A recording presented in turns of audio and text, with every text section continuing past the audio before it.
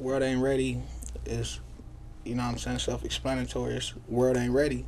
It's the type of music I was making. Like the last two mixtapes I dropped was the June Madness, and I couldn't do this one, June Madness 3, just because it's not the same tape. It's like something that, it's music for the times, you know what I'm saying? It's music that if you don't like one sound, you're going to like another for sure, just because it's so versatile. So I feel like the world ain't ready for what I'm finna do, you know what I'm saying? The world ain't ready for the new West Coast, the new sound of the West.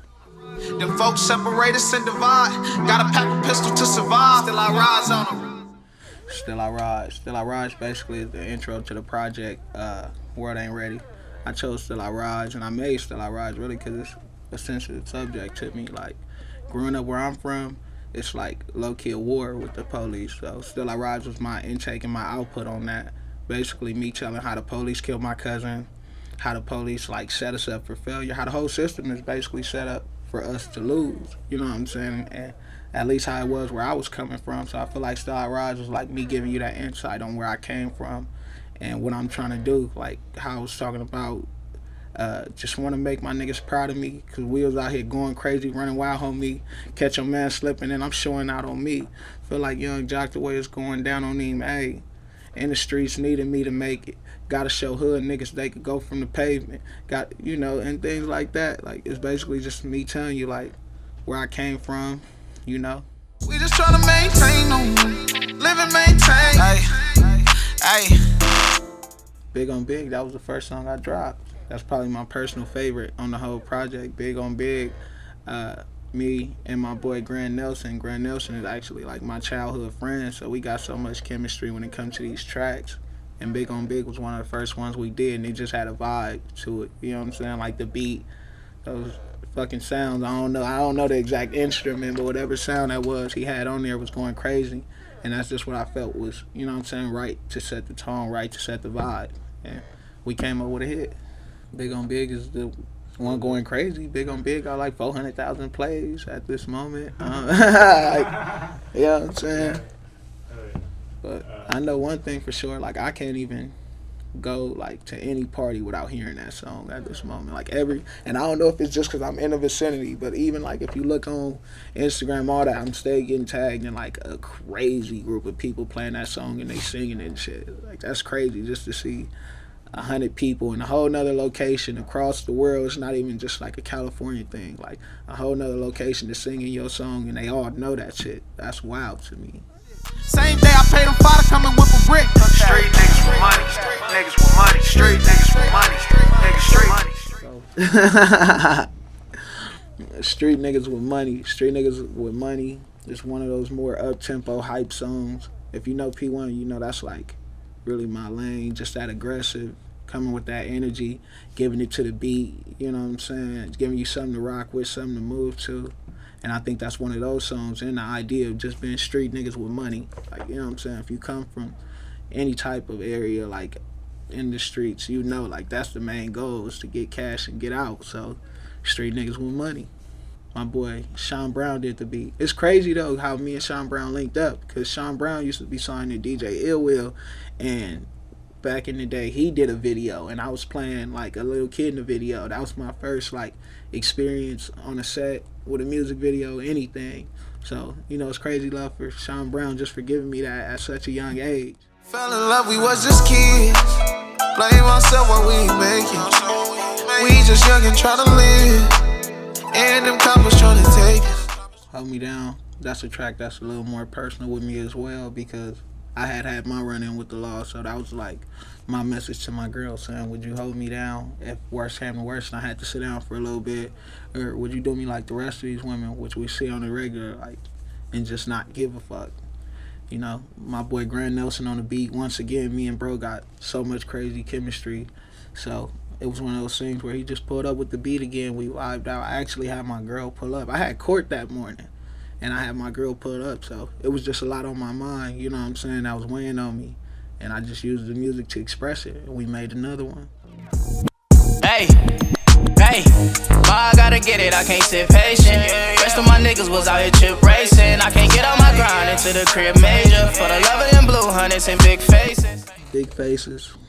Big Faces is one of those, like, ones that's just, like, anybody could listen to, just because the type of beat it is, the lyrics that's coming on there, you know what I'm saying, make you want to move, make you want to dance, really, and make you want to bop, whatever you do. But I got my boy Biscuit on it. Biscuit been my friend for, I can't even tell you how long, since I was a kid. Like, that was my big bro.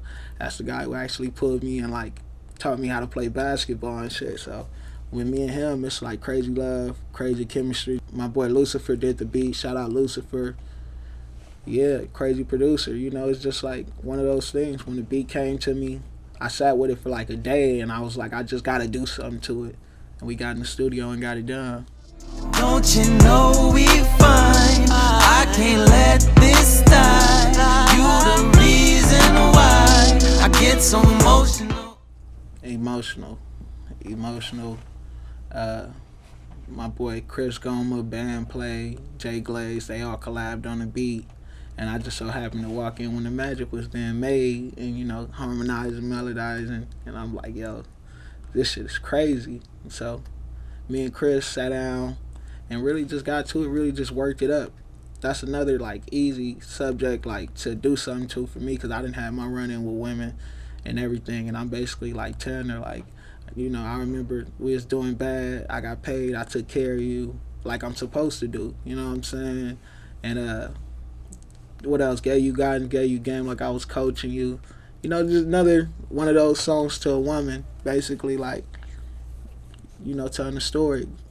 Cause I'm in these streets for real. I'm just asking that you pray for me. Pray for me, y'all pray for me. Pray for me, pray for me. Pray for Me is another one of those songs where I'm just painting a picture for you. You know what I'm saying? I'm talking about everything from how when I was a kid, I used to go to church with my auntie, to I got older and just start hanging with the homies, start doing all types of shit, crazy shit. And so I ended up catching a gun case, and I'm talking about basically just pray for me. You know what I'm saying? I'm not saying pray I do good. I'm not saying pray anything. Just pray for me, because we all need prayer. And I'm giving you the insight on me, showing you where I came from, showing you how we grew up and where we at now in life. The track for sure needed a girl, and Crazy Beautiful just had that gospel sound to her, like that sound to capture it. You know what I'm saying? Like, her voice sounds like she grew up in a church family or something. So automatically she was an easy go-to, and the church, in the song it's saying pray for me, so, you know what I'm saying, it needed that church feel to it. And once again, shout out my boy Lucifer. Lucifer cooked the beat on that one. I can't ride without that chopper, got me paranoid. Cause I got a couple homies that ain't here no more. Told sticks, no, we ain't fighting fair no more. Sick shit, I've seen, I'm paranoid. Paranoid is me saying, like, basically I won't go nowhere without being protected, because I saw a lot of crazy shit. My boy Hollywood produced it as well. Me and Hollywood got countless bangers, so, you know, it's just a chemistry thing. Like, that's the big thing about this whole project. It's like, it's intertwined with people I got close relationships to. Like, I'm big on energy, and Paranoid was just me and Hollywood in the studio one night vibing out. We probably had like 10 people in here, 20 people in here or something in the session while we was doing it, but we still cooked it, having a good time. 3 a.m. we locked in, tryna make your top 10. Be grateful that I made it, I got homies kicking locks in. Grateful that I made it, I got brothers sitting locked in. AMGs, when we pull up, we came from box bins. Something real. It started Chapping the Trap sent the beat in, and it just spoke to me, you know what I'm saying? In the song I'm talking about how I knew I'd be something, like no matter what, and just overcome everything, you know what I'm saying? And how I'm really just basically making my family proud of me, really like knew I'd be something, you know what I'm saying? I'm talking about how my granny looking down on me, how I'm trying to make her proud. Me and my grandma was tight. Like, every day after school, my grandma would babysit me. So I got into the habit of that just being my natural, like, routine. Like, I go to school, I go to my grandma's house. I go to school, I go to my grandma's house. And she ended up dying. So, you know what I'm saying? That shit pretty much changed my whole life after doing that for about 4 years. And so, I don't know, I just always feel like I can feel her presence. You know what I'm saying? I don't want to go too deep into detail, but I really feel her presence. And I know she watching over me. And I know she guiding me through this shit. And that's another reason, like, I know I'm just confident. And that's what I'm talking about in the song. Like, I knew I'd be something throughout everything. And my boy Damo came on, you know, with the melodies talking about... Damo crazy. Damo came on talking that talk, you know. Those melodies knew I'd be something, turn nothing into something. That's just us. That's all what we all trying to do.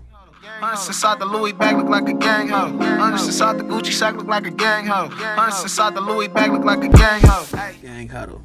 Timothy Hills, another crazy producer. He the same dude who did Still I Rise. And honestly, Gang Huddle came about. We was in the studio one night. That was like the first song I ever freestyle from all the way from scratch. So I'm like, let me test it out. And that shit just ended up being a vibe. It ended up being a banger. Those 808s Timothy Hill put in, and then me with that natural, you know what I'm saying, energy, but it was yet so calm and riding the beat. That's one of those ones. Eastside romance. Got me gripping all on your weed, boo, I'm nasty. And you nasty too, baby, what's happening? Told me we should get it cracking in the back seat. Give it to me, I promise you I'm a max. Eastside romance, that's my shit. That's something really from my like area, really, but it just so happened to be a banger. But I come from the east side of Los Angeles. That's like the eastern side of 110, and females just always like, I don't know, like east side is always a term, like, you know what I'm saying? Even Blueface in a lot of his songs, you hear him talking about it get easty. That's just us, you know what I'm saying? So it's like me telling a female like, yeah, I'm gonna show you how the east side romance, because you got an east side cat now, you know? The east side is just South Central Los Angeles. It's divided into two different parts. Like it's the east and the west. And the east side, a lot of people, like, it used to be the stigma, like people will refer to the east side. It's like the low parts, like the dirty parts. And now it's like that shit changed 100% because we make it look good. Uncle on the pavement, bullets inside his head. Pops in the grass, the garden was painted red. Barely made it out where I'm from, they popping lead. War by my mama house, that's what the news said. War. Taboo produced the beat. First thing I like actually found out about Taboo is he did Art of Peer Pressure for Kendrick Lamar, so I knew off top I had to go crazy on that song, and it's just giving you like my input on where I came from. I heard the beat really, and the beat just gave me that feel, you know what I'm saying? I really heard some spitting on there just based on like the beat, you know what I'm saying? The 808 slapping, the way he used it, so I just slowed it down and really tried to put you in my vibe. Really, those 808s that Taboo threw in there was crazy, and they just spoke to me, you know what I'm saying? It was something that needed to be said, and it was a statement that needed to be made, and I just heard war, and it tied in. That's why we named the project War, really, if you want to like, it's World Ain't Ready, but that really stands for war. You know what I'm saying? War by my mama house. That's the story of P1. I grew up in the war land, you know what I'm saying? Trying to make it from nothing into something. And that's what the song is talking about. Yeah, what I say, growing up it was rugged, but swear I love it. Gambling when my cousins bring that bag out just to stun it. Uncles outside thugging, gang tats up on their stomachs. Cars roll up, we clutching, burning nigga like some muffins. Activated, young niggas through that bag related. We just want a million, that's the only stats we chasing. Mama up in bed, she cried like I just graduated. Threesomes with, yeah, you know what I'm saying? So I'm just painting that picture for you and letting you see what it is. You know, telling that story so you could get the visual of it. Better do your homework cause we extra, dog. We ain't scared of nothing, how we scared of y'all. Big body bands, I'll probably wreck it, dog. Ain't my fault, it's just the juice that got me nodding off. It's the Grand Camp Freestyle. You know, it's us, it's the camp. That's the only track on there with the whole camp on there. It's my boy Meech, it's my boy Million. And we came together one day. I think it was my birthday, actually. We was in the studio on my birthday, having a good time. We had a couple shots and just went crazy and vibed out how we used to. We haven't really had a lot of, like, camp sessions lately, so that was one of those we got to really enjoy and go up, you know what I'm saying, and make a banger out of, really. My boy Quest produced it. Quest is actually the person who linked me up with Sean Brown to get on a video set. Quest like always had his hand tied in with music, and he's a crazy producer. So when he sent it in, it was immediately. Like I said, like a lot of this whole project is close relations. Like I didn't go too far out my wingspan just because I like the natural side of music. I like to really make music with the cards I'm dealt with because there's a lot of talent around me. Big facts, big bag, now they big mad. We was gang sliding in bins, giving them whiplash. Big facts, big bag, now they big mad. Lil nigga thumbing through them hundreds in his bitch bad, hey. Malcolm X, produced by my boy Christian. Christian's a crazy producer. once again, those fucking, whatever that sound is, that it's like a bell or a chime or something that he put, and it fucking make you move with it. And I'm basically talking about how they can't do me like I'm Malcolm X. If y'all know the story of Malcolm X was like a stand-up guy, and he ended up getting killed like in the middle of like a press conference, I believe. So I'm saying, like, gripping on my tech, they can't do me like I'm Malcolm X, because you already know that's the type of shit that come with it. And like I said, I grew up in the war zone, so I'm used to seeing that. So on top of me painting that picture, I'm telling the story, I'm making a statement, I'm talking about the money, the cars, all that, and you know that attract that type of energy. I'm sorry to say, but it does. So I'm just saying, you won't do me like that. On top of writing that beat from Christian. Meets with me, probably toting on the 30 stick. Have a nigga name on black and white on that McFlurry shit. Couple of the gang on black and white, it got me nervous sick. Cause killers out here telling I don't know who cop was working with. My Bad with my boy Grand Nelson again. I think that's the only rapping track like that me and Grand Nelson got at the moment. So My Bad was really the first track we had done. Yeah, that was the first track me and Grand Nelson did. And B just spoke to me once again. I'm saying my bad because I took the snakes out of my grass and put the snakes on my bag. Like, I got rid of all the snakes around me, and the only snakes I got now is the Gucci bag. Real shit, that's crazy. That's the last song on the project, and I wanted that to be the last song. That's for sure one of my favorite songs on the track, so I had to just take them out with a banger, you know what I'm saying? And it's a statement to be made. Get the snakes from around you and get the snakes on your bag. Mainly with the project, I just want to show every side of me. Like, I'm not just a one-sided artist. Like, I'm not like a one-hit wonder. I put crazy bangers on there. I put countless hours into it. And I wanted to show, and I feel like it does show in the music. Like, you can tell by the songs that this shit is well thought out. This shit is well calculated. And everything I say, like, I meant that shit. In the past year, it was like, I don't know. I went through a lot of emotional shit. That's why, like, the project is heartfelt. Like, I was fighting the case. I lost family members. I lost friends. I got friends that done got washed up in the system. You know what I'm saying? I done had relationship problems. I done had everything going on, bro. So that's why I talked about a little bit of everything. On top of still chasing music, and I'm like flourishing. And that shit is crazy because it's exciting. But everything else going on, it's like, you know what I'm saying? So that's why the project is like that. I feel like I took every part of me at the moment and gave it to y'all. From me talking about the cases and all that, to me talking about relationships, to me talking about music, how I'm trying to make it out here, to me talking about my childhood and me going to church. Like, that's the whole breakdown of me. You know what I'm saying? World ain't ready. The world ain't motherfucking ready. You bitch. I'm going.